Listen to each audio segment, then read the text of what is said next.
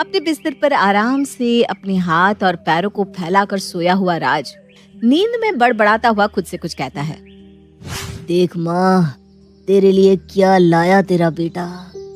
तेरे लिए अपनी पहली तनख्वाह लाया है माँ। शर्मा क्यों रही हो माँ, रख लो।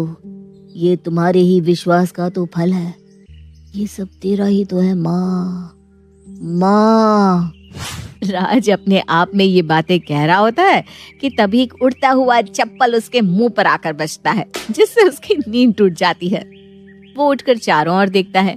दरवाजे पर खड़ी अपनी माँ का गुस्से से भरा चेहरा देखकर उसे कुछ समझ में नहीं आता। वो अपनी माँ से पूछता है, तुम इतनी सुबह मुझे उठाने क्यों आई हो माँ? मंदिर जाना है क्या? अरे कुंभकर्ण, अब तो होश में आ जा। सुबह के 11 बज रहे हैं। दिन भर बस गेंडे की तरह खाता है और सोता है। अब तो बच्चा नहीं रह गया, 26 साल का घोड़ा हो गया है। जरा तो शर्म कर ले। कल को तेरी बीवी आएगी, बच्चे होंगे, उनका खर्चा कैसे चलाएगा? सोचा है कभी? जब वो बच्चा तुझसे खाना मांगेगा तो क्या कहेगा उससे? कैसे पेट भरेगा उसका? क्या मम्मी, तुम भी ना सुबह सुबह बीवी बच्चों की बातें लेकर बैठ गई। कहाँ से आएगी बीवी? कहाँ से होगा बच्चा? जो लड़का फूटी कौड़ी नहीं कमाता उसके पीछे कौन अपनी बेटी देगा? चलो जाओ, अब मुझे ना 2 घंटे और सोने दो। लौट कर इस बारे में बातचीत करते हैं। कैसा नालायक है तू। किसी ने सही कहा है, पत्थर पर सर मारो तो अपना ही सर फूटेगा। गुस्से में मनीषा दरवाजा जोर से बंद कर हॉल में जाकर अपनी फ्रेंड को फोन करती है। अरे क्या कहूँ यार नम्रता, जिंदगी खराब हो गई है। वैसे माफ करना, तुझे सवेरे सवेरे फोन कर दिया। तू अपने घर के कामों में लगी होगी ना। पर ये राज ना खून पी लेता है, क्या करूं? कहीं तो आदमी जी हल्का करेगा ना। कोई बात नहीं मनीषा, बोल क्या हुआ? बड़ी टेंशन में लग रही है। सब ठीक तो है ना? कुछ हुआ है क्या? अरे होने को क्या पड़ी है, वही रोना। इसका नौकरी का एक दिन का भी उठाना नहीं चाहता अपने हाथ से। अब स्वयं नारायण आकर थोड़ी ना तिजोरी में नोटों की गड्डी रखकर चले जाएंगे। ये उठकर कोई काम करना ही नहीं चाहता। मैं तो बोल बोल कर हार गई। बस इतनी सी बात, तो इतना परेशान हो रही है? अरे भाई, ये आजकल हर घर का किस्सा हो गया है। मेरा देवर भी ना बिल्कुल ऐसा ही निकम्मा नकारा था, पर जैसे ही उसकी शादी करवाई बिल्कुल लाइन पर आ गया। अरे पर इससे शादी करेगा कौन? और कल को मान लो कोई लड़की मिल भी गई तो कमाएगा कौन? कहाँ से घर चलेगा? तो मैंने कब कहा कि घर पर बैठने वाली लड़की लेकर आ? वर्किंग लड़की ला जो खुद जॉब करे, और उससे काम करता देखकर इससे भी शर्मा ही जाएगी और फिर दोनों काम करने लगेंगे।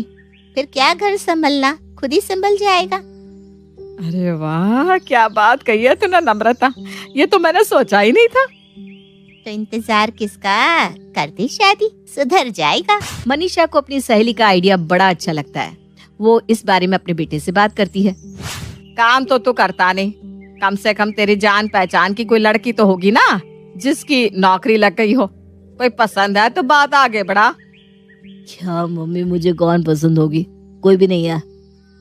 पढ़ाई नहीं की समझ में आता है, नौकरी नहीं की वो भी समझ लिया मैंने, पर एक ढंग की लड़की तक नहीं ढूंढ पाया तू। भगवान जाने क्यों हमने तुझे कॉलेज भेजा, क्यों ही पैसों में आग लगाई। एक अच्छी कमाने वाली लड़की आ जाती तो कम से कम तेरा खर्चा तो उठा लेती। इस उम्र में मेरी छाती पर मूंग तो नहीं डलता तू। मेरा क्या है, कितने दिन जीऊंगी मैं? फिर मारा मारा फिरेगा, तब याद आएगी माँ की बातें। ये क्या कह दिया मम्मी तुमने आज? तुमने ना मेरे अंदर के इंसान को जगा दिया है मम्मी। अब तो मैं लड़की ढूंढ कर ही रहूंगा। और इस बात को पहली बार राज इतना सीरियसली ले लेता है कि मैट्रिमोनियल साइट पर अपना एक नकली प्रोफाइल बनाता है, जिस पर वो खुद को एक कंपनी का मैनेजर दिखाता है। और उसकी प्रोफाइल देखकर स्नेहा उसे कांटेक्ट करती है। इस लड़की ने मुझे मैसेज किया है, 50,000 कमाती है ये। अब तो इस लड़की को हाथ से जाने नहीं दूंगा। अगर इसे बहू बना दिया तो मम्मी की सारी शिकायत खत्म हो जाएगी। राज रोज स्नेहा से बातें करने लग जाता है और स्नेहा भी राज की बातों में दिलचस्पी लेने लगती है। 15 दिन की फोन पर चैटिंग के बाद एक दिन दोनों मिलने का प्लान करते हैं। एक बड़ी सी काले रंग की गाड़ी में स्नेहा रेस्टोरेंट के बाहर आकर उतरती है। क्या बड़ा हाथ मारा है तूने राज। ये लड़की तो हमारे घर की गरीबी ही खत्म कर देगी। अब तो मुझे अपने बुढ़ापे की फिक्र करने की भी जरूरत नहीं है। मुझे आपकी ये बात बड़ी अच्छी लगी। इतनी अच्छी हैसियत के होने के बाद भी इतने मिनिमल रेस्टोरेंट पे मिलने के लिए आपने चुना। ये सादगी मुझे बहुत भा गई। एक लंबी बातचीत के बाद, मुझे जैसा लड़का चाहिए था अब बिल्कुल वैसी ही है। मुझे लगता है अब हम इस रिश्ते को आगे बढ़ा सकते हैं। और क्या था, 1 महीने बाद शादी की तारीख निकलती है। स्नेहा और राज की शादी हो जाती है। शादी के बाद लाल जोड़े में स्नेहा बहू बनकर राज के घर आ जाती है। देख लिया मनीषा, कैसे तू हर वक्त मेरे बेटे को कोसती रहती थी। आज देख 50,000 रुपए कमाने वाली बहू को लेकर आया है मेरा बेटा। वैसे बस शादी में कोई अड़चन ना हो इसलिए हमने ज्यादा जांच पड़ताल नहीं की। अब अच्छे से बताओ बहू, कहाँ काम करती हो तुम? मैं तो कोई काम नहीं करती पापा जी। काम तो राज करते, वरना 1 लाख महीने का कमाना कोई छोटी बात थोड़ी ना है। मैंने तो जैसे ही उनकी प्रोफाइल देखी थी मैं फिदा हो गई थी। मैं ना हमेशा से ऐसा ही लड़का चाहती थी जो बहुत अच्छा कमाए और उसके पैसों पर मैं राज करूं। स्नेहा की बातें सुनते ही नम्रता सबसे पहले कोना पकड़ लेती है। आखिरकार बेटे की शादी करने का सुझाव भी तो उसी का था। मनीषा का सर चकराने लगता है। अगर तू कमाती ही नहीं है तो वो सब क्या था? तेरा गाड़ी से आना, वो सब दिखावा ही था मम्मी जी। अब अमीर लड़का पटाना है तो इतना तो करना ही पड़ेगा ना। मेरा ये लहंगा भी ना भाड़े का है। राज जी जरा 10,000 दीजिए ना। 2 घंटे बाद दुकान वाले इसे लेने आएंगे। लहंगे का रेट ही है ये। अब आपके घर की बहू की कोई बेइज्जती करे आपको बर्दाश्त थोड़ी ना होगा। आफ्टर ऑल आप इतनी बड़ी कंपनी के मैनेजर जो हैं। मम्मी ये क्या हो गया? ये मेरी शेरवानी तो खुद भाड़े की है। मुझे तो लगा था स्नेहा तुम 50,000 कमाती हो। तुम्हें बीवी बनाने के लिए तो इतना खर्चा किया हमने। अब ये सब खर्चा कौन भरेगा? मैंने तुझे कहा था मैं पुराने बक्से से निकाल कर साड़ी पहन लूंगी, पर तुझे ही इतना दिखावा करना था। मतलब तुम भी मेरी तरह निकम्मे ही हो? हे भगवान, इतना ड्रामा करने का क्या ही फायदा हुआ। खैर टेंशन लेकर क्या होगा। मम्मी जी आप मेरे लिए ना स्वादिष्ट नाश्ता बना दीजिए, मैं कमरे में जा रही हूँ। ये तो बिल्कुल मेरी ही कॉपी आ गई मम्मी। अच्छा बना ही रही हो तो मेरे लिए भी कुछ बना देना। मैं भी एक नींद ले ही लेता हूँ। ये लड़का, अब तो मुझे कुछ करना ही पड़ेगा। शाम के वक्त दोनों मियाँ बीवी आराम से अंगड़ाइयाँ लेते हुए उठते हैं और पैर फैलाकर टीवी देखने लगते हैं। एक दिन तेरा पति इस टीवी के अंदर आएगा, देखना स्नेहा। और पिक्चर की हीरोइन आपकी बीवी होगी राज, देख लेना। करना धरना कुछ नहीं दोनों निकम्मों को। बात दुनिया भर की करवा लो इनसे। टीवी बंद करो, खर्चा कैसे चलेगा इसकी फिक्र है नहीं, और टीवी का बिजली का बिल अलग बढ़ा रहे हो। मम्मी जी इतना टेंशन क्यों लेती है? राज ने समझाओ ना, एक ही लाइफ है। टेंशन ना ले वरना तबीयत बिगड़ जाएगी। अब टेंशन मत लीजिए मम्मी जी। जैसे हम दोनों ने एक दूसरे को फंसाया था वैसे ही किसी नए आदमी को मुर्गा बनाकर पैसे कमा ही लेंगे। मनीषा के पास निकम्मा राज क्या कम था, जो अब निकम्मी स्नेहा भी आ गई थी। और अगली सुबह 11 बजे तक दोनों आराम से घोड़े बेचकर सोते रहते हैं, मानो तिजोरी में उनके लिए पुश्तैनी धन रखा हो। बेफिक्रों की तरह बिस्तर पर पड़े हुए नए युगल जोड़े पर एक बाल्टी पानी मारकर मनीषा उन्हें जगाती हुए कहती है, उठो उठो, सपने से बाहर आ जाइए महाराजा महारानी जी। मैंने खर्च निकालने का उपाय ढूंढ लिया है। देख लिया स्नेहा, मुझे पता था मम्मी कुछ ना कुछ इंतजाम कर ही लेगी। वैसे क्या उपाय निकाला है मम्मी तुमने? और तुम्हारे हाथ में ये इतने बड़े बड़े बैग क्यों हैं? हमें हनीमून पर भेज रही हो ना तुम।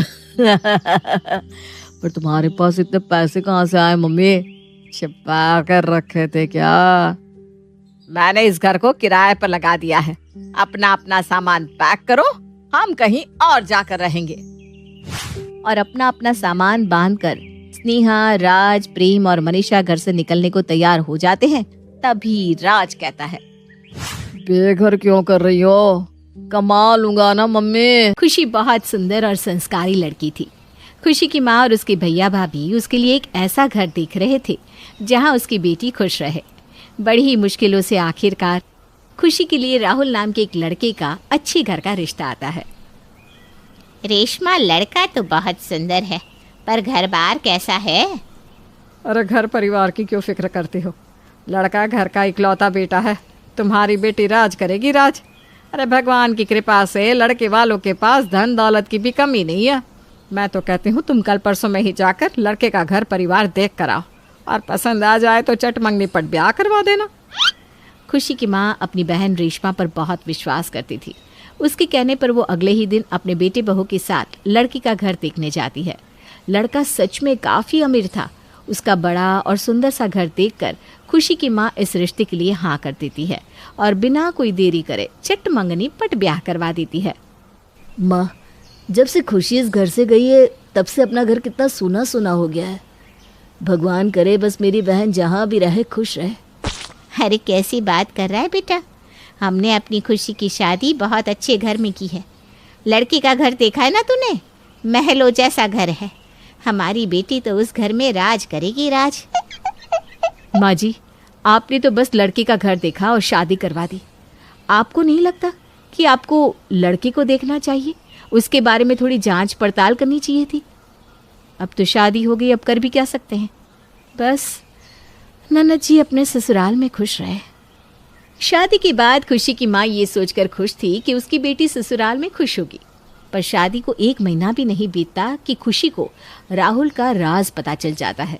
जब वो राहुल के लिए नाश्ता लेकर कमरे में जाती है तो वहाँ पर रूपा नाम की लड़की, जो कि खुशी के घर में गेस्ट बनकर रह रही थी, वो राहुल की बेहद करीब होती है। ये सब क्या चल रहा है? अरूपा, तुम अपनी हद पार कर रही हो। तुम बस इस घर की मेहमान हो, मेहमान बन के रहो। मेरे पति पर डोरे डालने की जरूरत नहीं है। भला मैं क्यों दूसरे की पति पर डोरे डालूंगी, जब मेरा खुद का पति इतना सुंदर और हैंडसम है। क्यों राहुल, सही कहा ना? इस बेवकूफ़ को अब बता दो कि मैं ही तुम्हारी बीवी हूँ और तुम पहले से ही शादीशुदा हो। मैं और सच्चाई छुपा कर नहीं रख सकती। राहुल, रूपा ये सब क्या कह रही है? ये सब कुछ क्या चल रहा है घर में? माँ जी, माँ जी इधर आइए, देखिए ये लड़की कैसी बहकी बातें कर रही है। खुशी चुप रहो, शांत हो जाओ। मेरे घर में मेरे और रूपा के बारे में किसी को कुछ नहीं पता। मैंने तुमसे ये शादी सिर्फ अपने घर वालों की जिद पर की है, क्योंकि मेरे घर वाले लव मैरिज के खिलाफ है और मैंने तुमसे शादी करने से पहले ही रूपा से शादी कर ली थी। मैं रूपा के बिना नहीं रह सकता। अगर आप रूपा के बिना नहीं रह सकते तो आपने ये कैसे सोचा कि मैं आपके बिना रह सकती हूँ? खुशी, हाँ, मैं भी आपके बिना नहीं रह सकती। सही मायने में हमारी शादी कानूनी है, ना कि आप दोनों की छुप कर की हुई शादी। आप दोनों की शादी का कोई प्रूफ भी नहीं है और ना ही कोई गवाह। मैं ऐसी शादी को नहीं मानती और मैं आपको नहीं छोड़ने वाली। अगर किसी को इस सच के बारे में पता चलता है तो चल जाए। खुशी भी चुप नहीं बैठती और घर वालों को जमा करके राहुल और रूपा के रिश्ते के बारे में बता देती है। माँ जी, ये सब कुछ क्या है? आपका बेटा आपके ही नाक के नीचे गुल खिला रहा है और आपको भनक तक नहीं?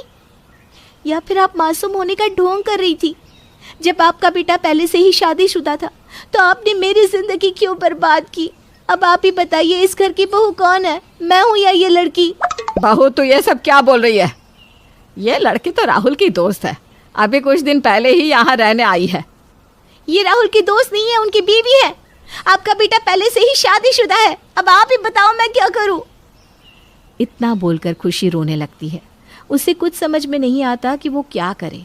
वहीं दूसरी ओर रूपा भी राहुल को छोड़ने के लिए तैयार नहीं थी। धीरे धीरे बात इतनी ज्यादा बढ़ जाती है कि खुशी के मायके वालों को भी पता चल जाता है कि खुशी की शादी एक शादीशुदा लड़के से हुई है। अब क्या? खुशी की माँ वकील लेकर खुशी के ससुराल पहुंच जाती है। आप लोगों ने मेरी बेटी के साथ ये सही नहीं किया। अब मेरी बेटी एक पल यहाँ नहीं रहेगी। मैं लेकर जा रही हूँ अपनी बेटी को अपने साथ।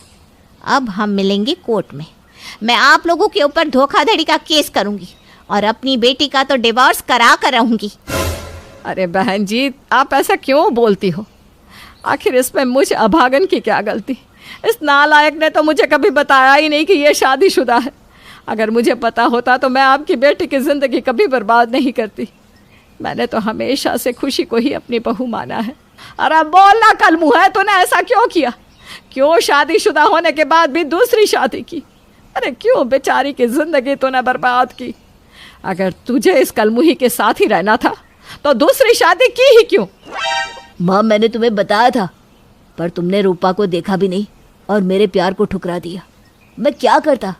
मेरे पास कोई दूसरा चारा नहीं था, इसलिए मैंने अपनी शादी से पहले रूपा से छुपकर मंदिर में शादी कर ली। मैंने सोचा था कि शादी से पहले मैं सब सच बता दूंगा, पर हिम्मत ही नहीं हो पाई। प्लीज मुझे माफ कर दो, आप सब लोग हमें माफ कर दीजिए, पर हम दोनों अलग नहीं रह सकते। नहीं रह सकती तो जेल में साथ रहना। चल बेटी। इतना बोलकर खुशी की माँ गुस्से में खुशी को अपने साथ ले जाती है। जहाँ खुशी का रो रो कर बुरा हाल था, तो वहीं खुशी की भाभी काजल अपनी सास से कहती है, माँ जी, लड़के वालों को क्या दोष दे रही हैं? असली गुनहगार तो आप खुद अपनी बेटी की है। आपने सिर्फ घर देखा, ना ही परिवार ना ही लड़का। आंख बंद करके आपने मौसी जी पर विश्वास कर लिया और बेचारी खुशी की शादी करवा दी एक शादीशुदा आदमी से। पर देखिए, अब भी हमारे पास समय है। कोर्ट कचहरी के चक्कर काटने से अच्छा है कि आप ये रिश्ता तोड़ दें और खुशी की शादी कहीं और करवा दें। राहुल जिसके साथ रहना चाहता है उसे उसके साथ रहने दीजिए और अपनी बेटी की जिंदगी के बारे में सोचिए। बहू तो सही कह रही है, सारी गलती तो मेरी ही है, पर ऐसे आसानी से तो उनको नहीं छोड़ सकती। देख रही है ना तू खुशी का हाल। बस करो आप सब, इस बारे में मुझे और बात ही नहीं करनी। राहुल जी मुझे पसंद नहीं करते, वो उस रूपा के साथ रहना चाहते हैं तो रहने दो उन्हें उसी के साथ। उनकी खुशी में ही मेरी खुशी है। पर खुशी बेटा, हम उस आदमी को ऐसे ही तो नहीं छोड़ सकते ना। आज उसने तेरी जिंदगी खराब करी है, कल को क्या पता वो किसी और की जिंदगी खराब करे। उसे सजा दिलवाना बहुत जरूरी है। क्या सजा दिलवाना चाहती हो माँ आप? आखिर उसकी गलती ही क्या है? यही कि उसने उस लड़की से शादी की जिससे वो प्यार करता था।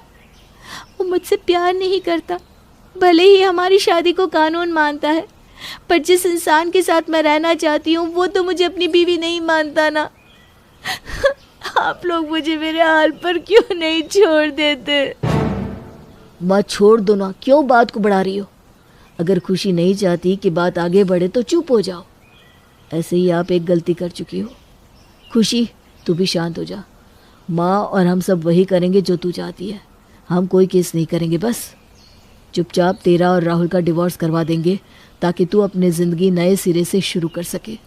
खुशी, जो राहुल से इतना प्यार करती थी, वो राहुल को छोड़ने का फैसला ले लेती है और बहुत जल्द खुशी का डिवोर्स राहुल से हो जाता है।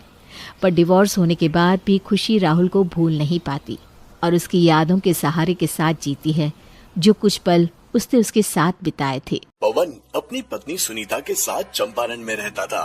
वे बहुत ही गरीब दाम्पत्य थे।